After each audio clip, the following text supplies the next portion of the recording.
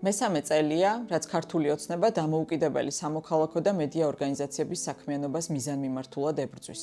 ეს ყველაფერი კი გამჭვირვალობის სახელით დაიწყო. Შემდეგ შემთხვევაში თქვენს მიმართ გამოყენებული იქნება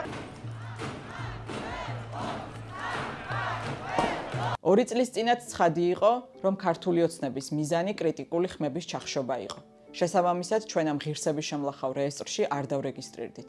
მიზეზი მარტივია. ჩვენ ჩვენი ქვეყნის და საზოგადოების ინტერესების გარდა სხვა არავის ინტერესს არ ვემსახურებით.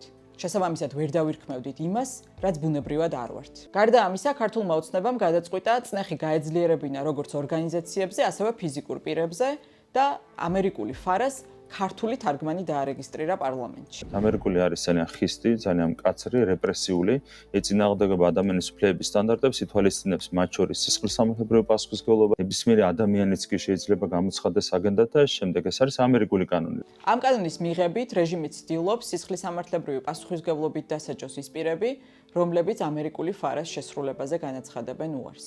ამერიკაში 1928 წელს მიღებულ ამ კანონს და მის მართლაც პრობლემურ დებულებებს ამერიკის ადმინისტრაციული ორგანოების განმარტებები და სასამართლოების პრაქტიკა აბალანსებს.